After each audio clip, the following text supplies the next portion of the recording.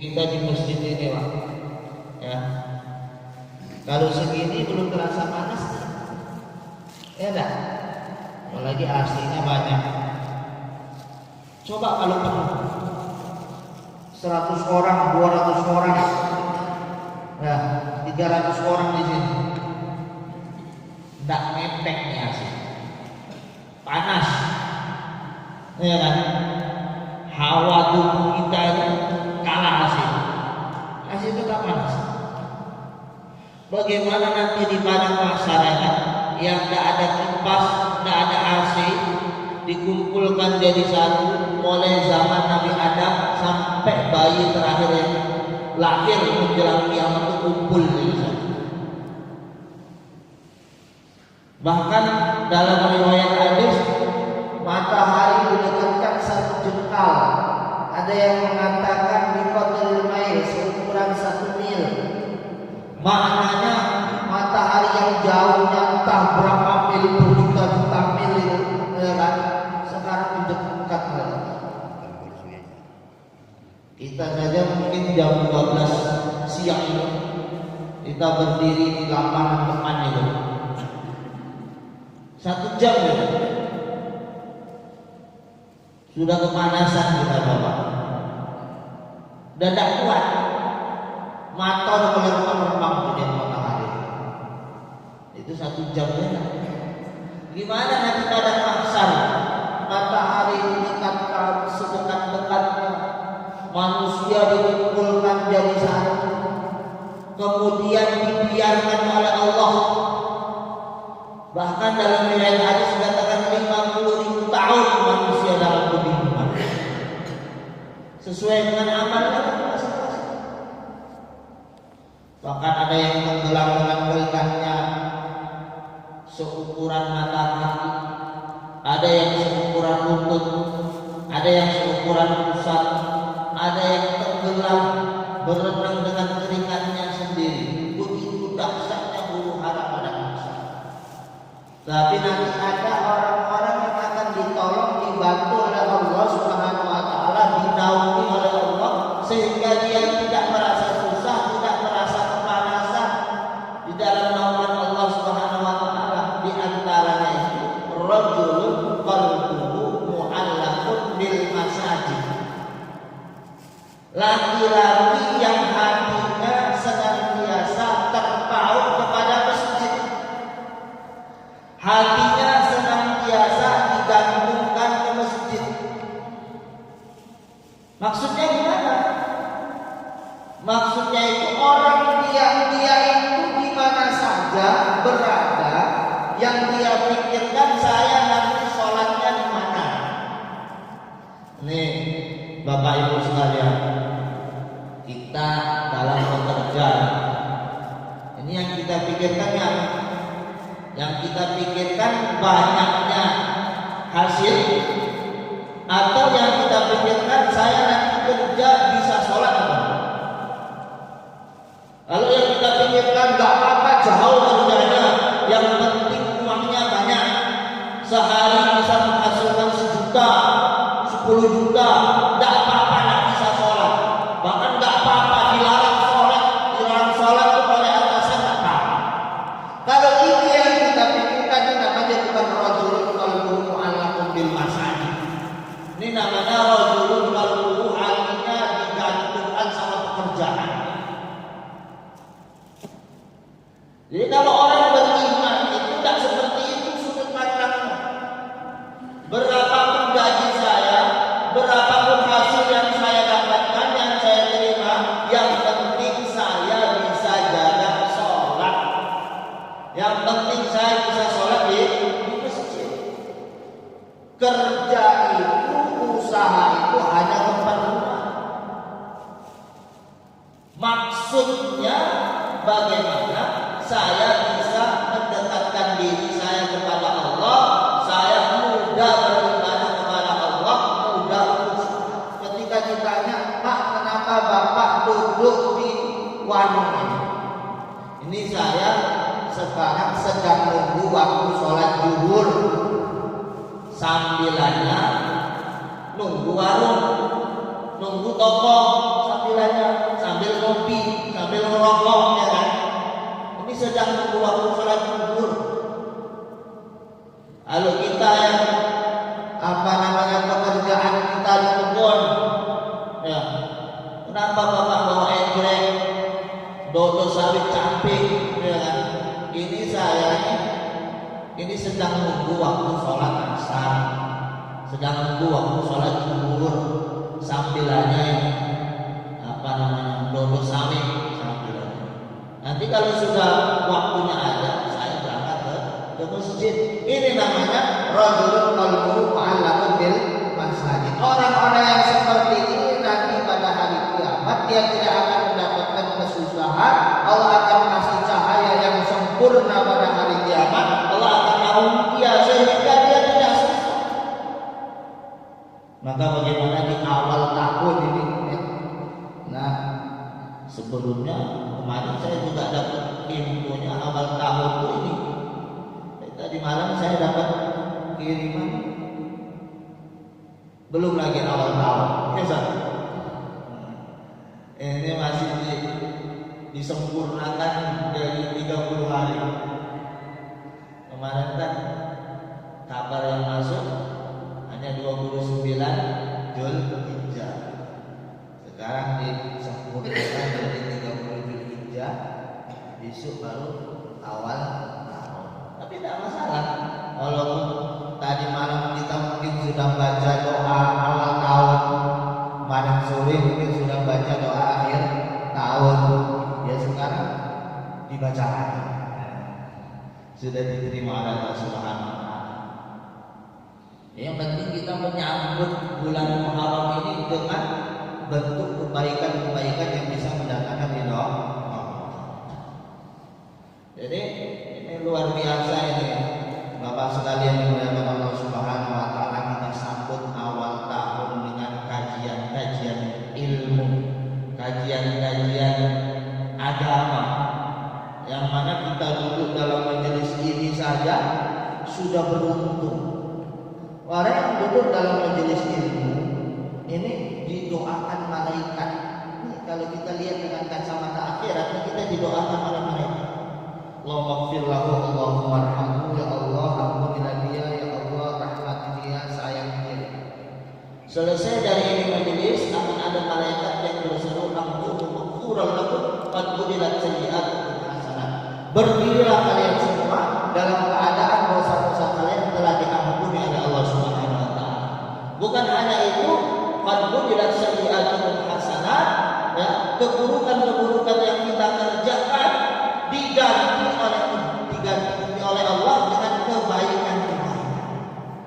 Harapannya penutup dari tahun ini, ya.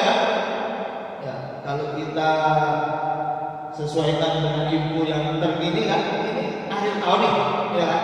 Penutup akhir tahun dengan kajian ilmu agama, ceramah agama seperti ini, harapannya qad budilat sayyi'atukum hasanah. Allah ganti keburukan-keburukan yang kita kerjakan selama 1 tahun ini, diganti semuanya dengan kebaikan-kebaikan, dengan pahala dari Allah Subhanahu wa taala. Maka hadirin jemaah Islam sekalian yang dimuliakan Allah Subhanahu wa taala, kita wajib syukur di antara caranya dengan memperbanyak ucapan alhamdulillah. Salawat berkaitan salam lalu kita haturkan juga kepada junjungan alam Nabi Muhammad sallallahu alaihi wasallam, yang qala Allahumma shalli ala sayyidina Muhammad wa ala ali sayyidina Muhammad. Semoga kelak kita dapat bersyafaat di yaumil akhir. Amin ya rabbal alamin. Terlalu panjang dimana.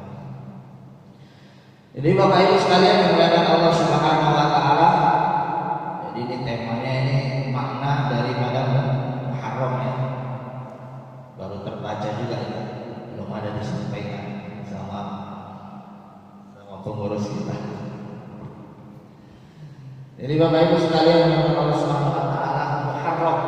Muharram itu artinya bulan yang dimuliakan. Kalau orang Arab dulu, Muharram itu bulan yang diharamkan. Sehingga mereka berpandangan di bulan nggak boleh kita melakukan nggak boleh dinodai dengan yang namanya peperangan, pertikaian, ya, permusuhan. Sampai kepada kita orang-orang Indonesia, mungkin orang Jawa, itu bulan Muharram atau bulan Suro, ya. Suro itu sebetulnya ambil dari Asyura, diambil suronya saja. Nah, Suro itu 10 Muharram. Dilarang melangsungkan pernikahan, buat pesta resepsi pernikahan, tak boleh, kan? Dilarang. Itu tidak ada dasarnya seperti itu. Ya. Justru bulan Muharram itu bulan yang dimuliakan oleh Allah. Banyak pertolongan Allah berikan kepada para nabi, para rasul pada bulan Muharram. Nabi Adam diterima taubatnya pada bulan Muharram. Nabi Nuh alaihissalam kapalnya sandar, banjir itu sudah reda itu pada bulan Muharram. Nabi Ibrahim, ya kan, dilindungi oleh Allah Subhanahu wa taala di kobaran api pada bulan Muharram. Nabi Yunus, ya kan, dikeluarkan dari perut ikan pada bulan Muharram. Banyak ringkasnya pertolongan Allah berikan pada bulan Muharram. Justru kalau pandangan kami membuat acara bulan Muharram itu bagus. Tapi bukan berarti saya wajib menganjurkan, enggak. Justru bagus. Bukan tadi dilarang. Allah Subhanahu wa taala mengatakan inna iddatash shuhuri indallahi 12 syahran fi kitabillah yauma khalaqas samawati wal arda minha arba'atun hurum. Ya. Yang ringkasnya di sisi Allah itu ada 12 bulan. Di antara 12 bulan itu ada 4 bulan yang dimuliakan oleh Allah.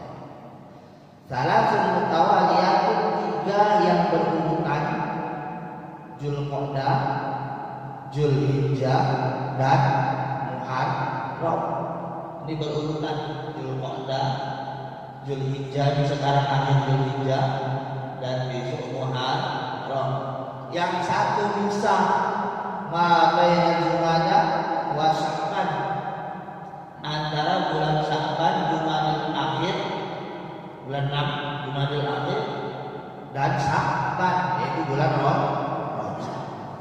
Ini 4 bulan ini merupakan bulan yang dimuliakan oleh Allah, yang mana ibadah yang kita kerjakan, kebaikan-kebaikan yang kita perbuat pada bulan Muharram ini nilainya dilipat gandakan oleh Allah Subhanahu wa taala. Begitu juga sebaliknya mafhum mukhalafahnya, ya. Dosa-dosa yang kita kerjakan, kemaksiatan yang kita kerjakan pun pada bulan Muharram ini, Bapak Ibu sekalian, juga dilipat gandakan. Ya. Risikonya juga besar, maka kita juga harus hati-hati. Ini apalagi ini mau mendekati awal tahun, ya. Sebagian mengatakan sudah masuk awal tahun. Bagaimana kita isi awal tahun kita ini dengan nilai-nilai yang positif, ya, dengan kebaikan yang lebih. Kata para ulama, man asraqat bidayatuhu asraqat nihayah. Barang siapa yang awalnya awal tahunnya ini dipenuhi dengan kebaikan, maka nanti akhir tahun selama 1 tahun yang akan datang ini Allah akan bimbing dia, Allah akan luruskan dia, Allah akan beri hidayah kepada dia, tolong dia senantiasa lurus dalam kebaikan.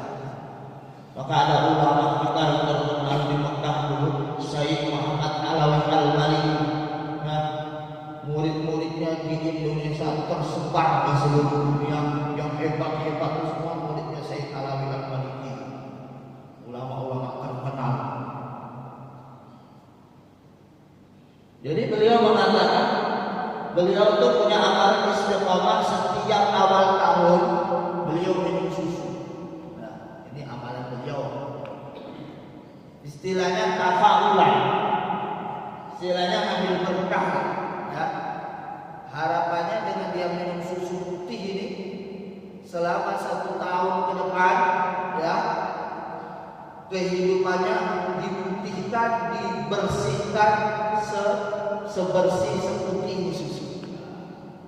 Jadi kalau kita mau mengamalkan, dapat juga namanya amalan. Dan juga ada larangan dari Nabi Sallallahu Alaihi Wasallam. Ini hanya tafaulan dengan membaca doa Allahumma zidna, Allahumma barik li, atau Allahumma barik lana fi wa zidna min. Allahumma barik lana fi wa zidna min. Ya Allah, berkahilah kami di dalam susu yang kami minum, wa zidna min, dan tambahkanlah. Tambahkannya lagi ini maknanya luas, bisa ditambahkan keberkahannya, tambahkan rezekinya, ya kan, tambahkan kebaikannya, macam-macam.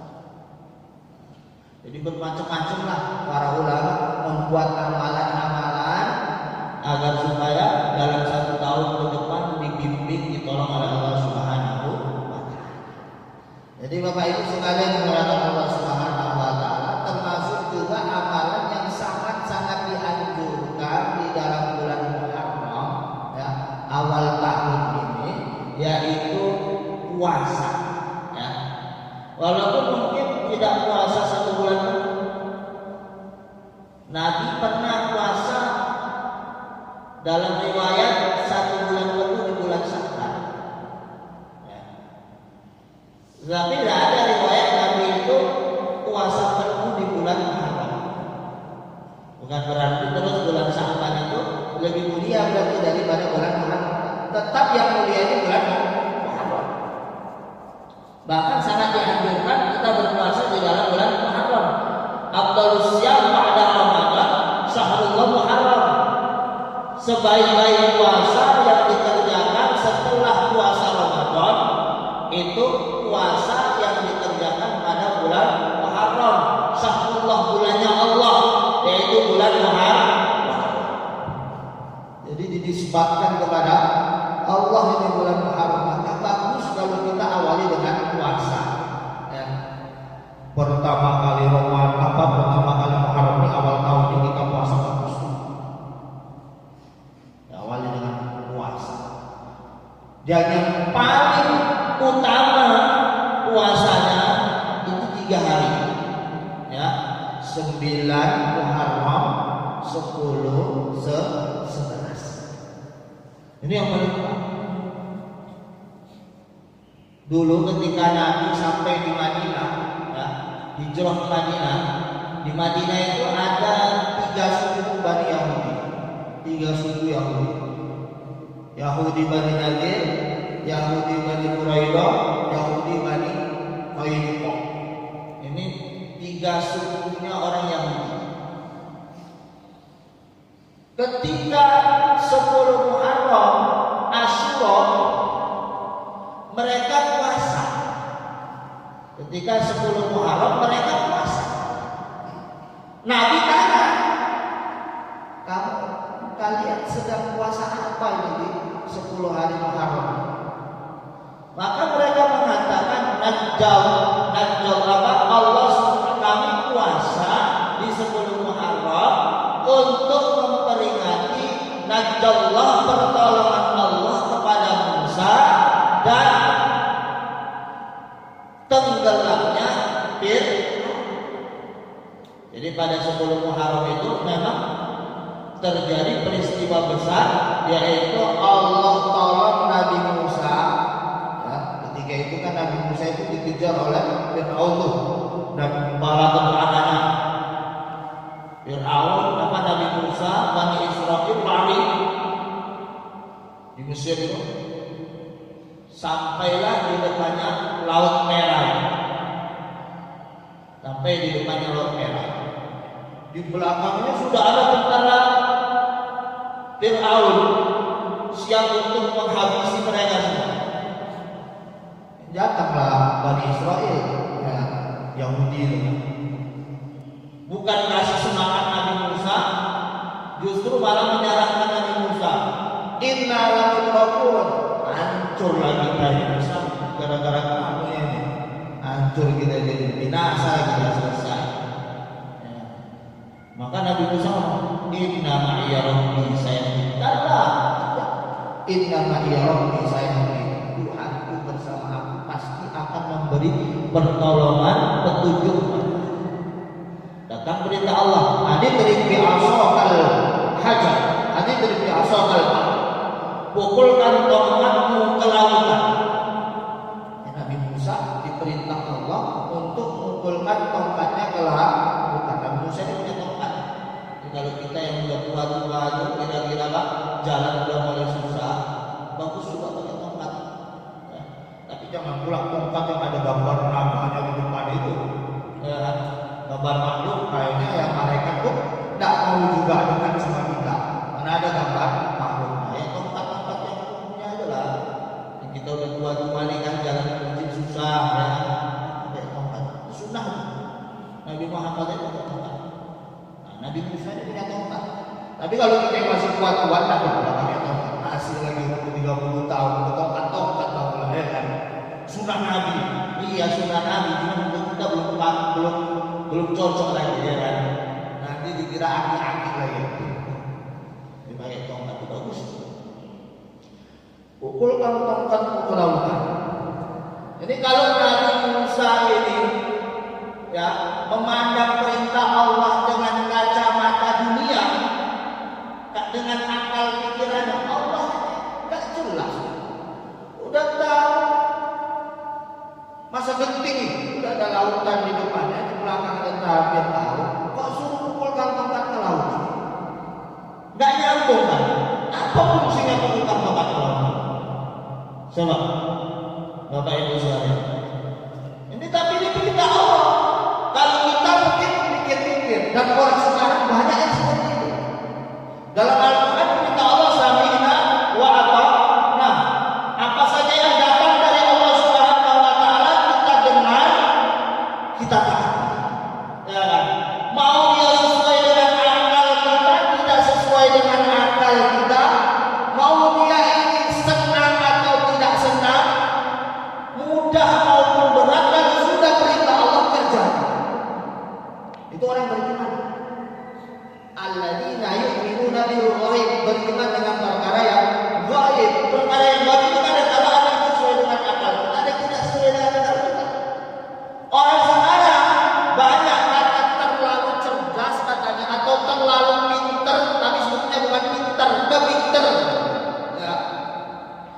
Al-Quran itu sudah tidak relevan lagi diamalkan, nggak cocok di zaman sekarang diamalkan. Ya kan? Itu zaman jadul dulu ya. Kalau sekarang nggak bisa. Warisan dalam Al-Quran itu hadir musayain. Ya, yang laki-laki dapat 2, yang perempuan dapat 1. Oh, nggak adil ini. Ya kan? Nggak adil. Ya, emansipasi wanita. Wanita itu bisa sebebas-bebasnya, ya kan?